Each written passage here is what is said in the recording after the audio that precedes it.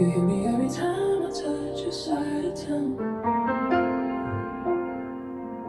but I make excuses, let it all die down. But the truth is I'm alone. I've been feeling lost at home ever since I lost control.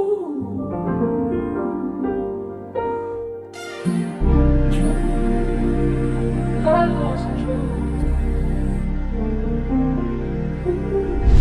So this chord progression is fairly simple. It only consists of 3 chords, and I'm going to show you exactly what they are. Instead of playing a D minor chord like this, I'm taking out the D right here, and I'm just playing starting from the F.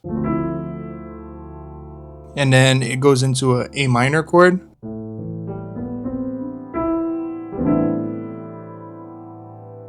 And then for our last chord, it ends on a F major chord. And that's pretty much it for the chord progression. But I did want to share a trick with you guys that you can use to sauce up your chords. So I did want to share a trick with playing some chords, and a lot of people have been asking for a music theory tutorial, and this is definitely going to be coming soon, but for now, this is what you get. So if we have a C sharp minor chord, right, and we look at what the 5 is of that chord. So the 5 of this is going to be this G sharp or this A flat. So one thing that you could do to sauce up your chords is you could take that 5 and flatten it. And that simply means by just taking it down 1 semitone. So instead of playing this G sharp, we just go down to a G. And now it becomes a flat 5. And that's definitely something that you could use, especially when you're using passing chords. So another example of that would be a G sharp minor chord.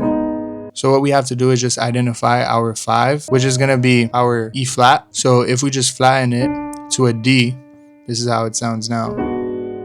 So that's definitely something that you could use to sauce up your chords a little bit if you're curious.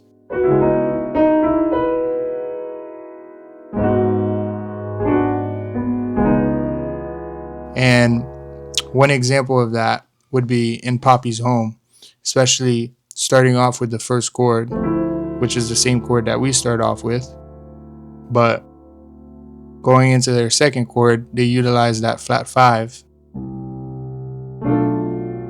So instead of them going to a B minor 7th, they bring down the 5, which is the F sharp, into a F.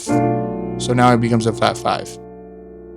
So another trick that I want to show you guys, if you have a major chord and you identify your 7th, you could just bring it down 1. So that the 7th of this chord would be a E flat. And if we bring it down to a D, it just turns it into an E chord. And if you add that 9, it becomes an E9, right? So now if we use that same concept that I just showed you, if we bring down the 9, then it becomes a flat 9. So by utilizing those tricks, you could definitely sauce up your chords and make it a little bit more wavy. So with that being said, I'm going to show you the final chord progression. Going into our A minor.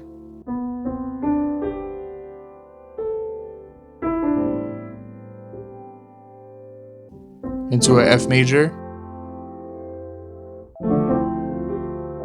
Back to our D minor. And then we're going to go back to the A minor.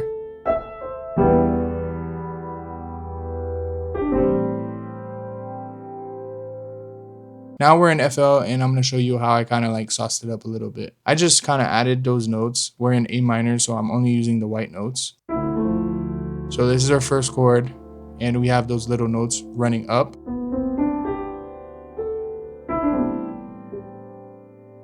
And then we have that F major. And one thing that you could see, we have this little run going down. And all I really did was just pitch it up 1 octave. Now that I have these, I just quantized them and I strummed it, but I strummed it this way. And you really just have to mess around and try to get it on time, and it could turn into something dope. And that's exactly what I did here. So once I had that, I just went back to the same chord, just played it a little bit differently and added a few extra notes. This is really just trial and error, just clicking in some notes, seeing what works, what doesn't. The only difference is I just added this E minor chord instead of having the F major chord, and then it goes back into that A minor chord. And as you can see, this chord looks complicated, but it's really the same chord, and I'm using the same concept that I use here. But instead of strumming it this way, I just strummed it the other way. And by utilizing my ears, and you can get something pretty cool. This is the final chords.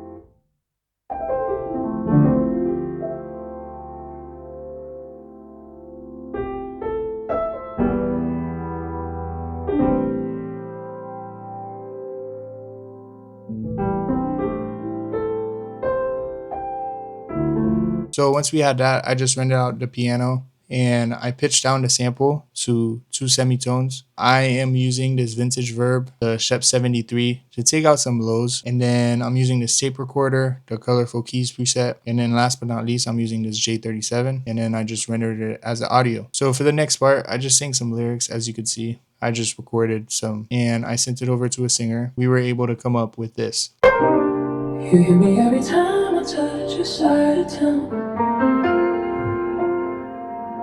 but I make excuses, let it all die down. But the truth is I'm alone. I've been feeling lost at home ever since I lost control. So after having the first part, I just wanted to kind of have something that was more of like a bridge section and then lead up to this part, which would be the drop. This part right here plays a big part because it leads into the main piano again. So the piano I'm using is just a sheer water piano, and just made sure I had that run. I ended up going to Serum. I'm using this pad right here, and I probably got it from Splice. I actually do not have any effects on there. This is what it sounds like so far.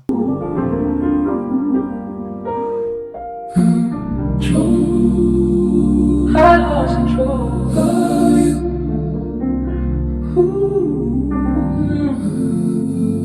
I lost control of you. As soon as I heard that, I knew what the vibe was. It was definitely something that was going to be a little bit more chill, more laid back. So I didn't want to do too much and add too many layers because, like I said, this was going to be our bridge section. One thing that I see a lot of people do wrong is when you're making those late night vibes, it's extremely important to keep it as bare as possible, because when it's empty and you're using the space correctly, it definitely makes it feel sad and also makes it feel late night rather than having this super big thing. And all I'm using for the vocals is just this vintage verb and this rev plate. This rev plate preset definitely does it justice, and it definitely plays a big part. So for the next part, I ended up going to LA scoring strings, and I'm using the violence full preset. I'm also layering it with this Spitfire chamber strings, and then I'm using the Sound Paint disco strings. They're super good, especially for the beginning runs. So once I rendered out all of the strings together, I just put it in mono, and this is what we had so far.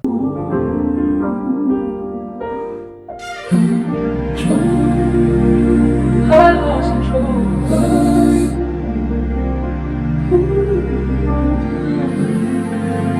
I lost control of you.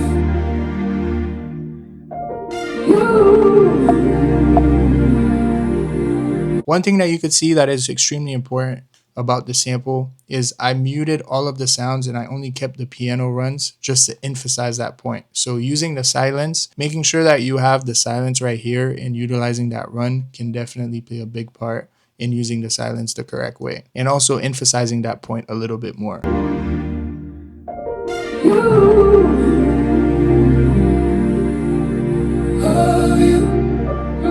So the next step was to work on this part, which is probably the most important section in my opinion. The first sound I started off with was this pad that I got from Beat Center inside of Diva, and I'm using the Synth 5. And the only thing I ended up putting on this pad was just this chorus Juno 6, and I'm using the deep chorus preset. So as you can see, I'm still utilizing that same silence. And then I pulled up this other pad from Beat Center, which is the keys preset, the key 3, and it's also from Diva. The next step was to try to find some vocal chops within the vocals that I had. So I just took the same vocals. I'm using this Fab Filter reverb for the vocals, and I'm also panning it. And I also have this RX 950 taking out some of the highs, and then I have this Pro Q3 just to take out all of the lows. I ended up finding this part from the vocals.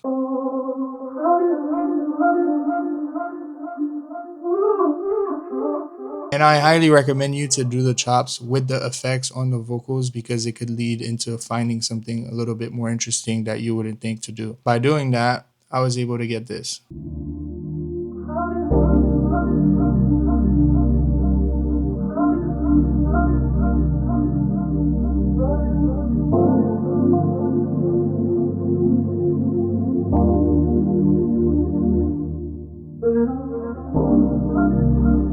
One thing that is extremely important is by utilizing the same vocal. And I'm not doing anything crazy, but having that delay definitely adds a little bit more bounce to the sample. So then I did the same concept, except I didn't put a delay for this vocal. And this is what I was able to get so far.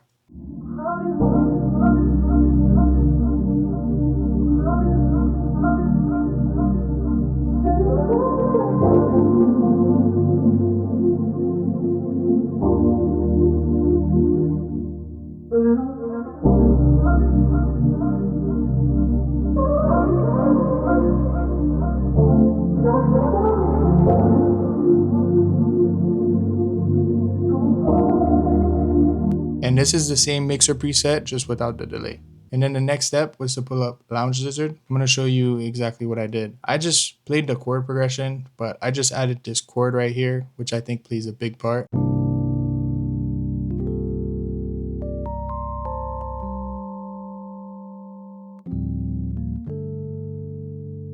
So having those passing chords plays a big role into doing something a little bit different, but keeping it the same. By layering that with the first piano, so together so far, this is what we had.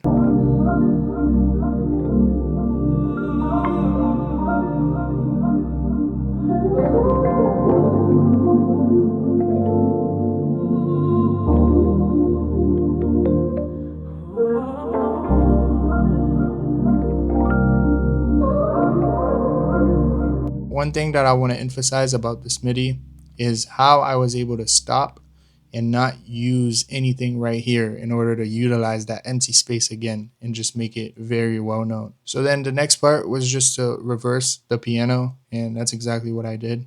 And it just added a little bit of character to it. Really nothing crazy, but just to add a little bit more flavor to it. So moving on to this section right here, I just pitched up the piano, and I also added the Woodchester piano, and I also utilized the same pad that I already had in this section, and I just didn't copy paste these other ones. So I just used one pad.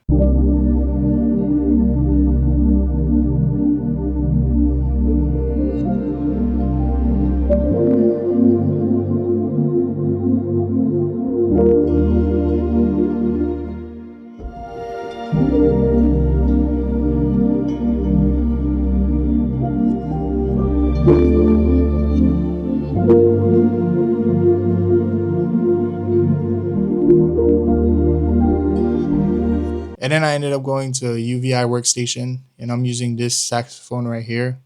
And all I did was just mess with my mod wheel to express it a little bit better. And I also went inside of the virtual space, and I just messed with the stereo width. And I also went inside of the mix. I messed with the decay, and I also messed with the delays. One cool trick that you can do is melodyning the vocals, and you're able to get the notes. And that's exactly how I was able to do this. So combining the melodyne and also utilizing the mod wheel is extremely important. And I do have an issue with my FL. For some reason, I have to record my mod wheel inside of Edison. So if there's anyone that knows how to fix it, to just keep it inside of the MIDI, that would be super useful. So comment down below if you know how to fix this.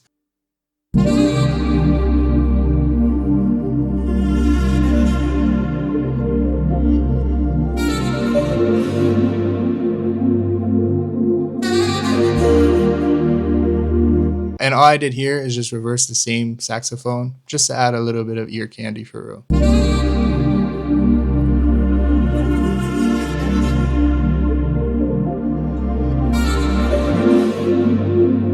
The last part was to take the vocals and just completely drown it just to add a little bit more of ear candy. Now we're gonna go into the FLP where I did the drums. I just started off with the snare, and this is just pretty basic.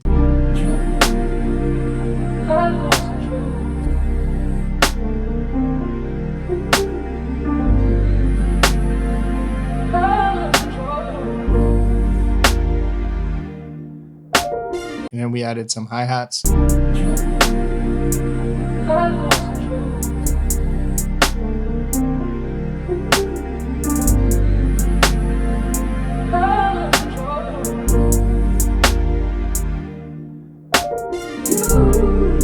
And then we added a kick.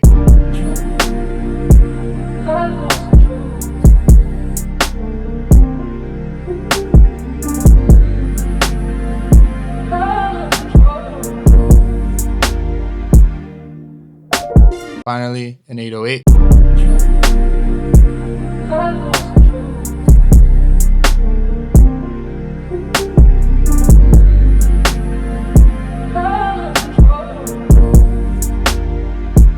And as you can see, one thing that I did is just cut off this point, and I just added some effects just to make it a little bit more interesting. And instead of having just an 808 here, I took out the 808 and I just put a bass. And the bass that I'm using is from Omnisphere. I'm using the Growler Moog bass, and I also switched the snare into this perk sound.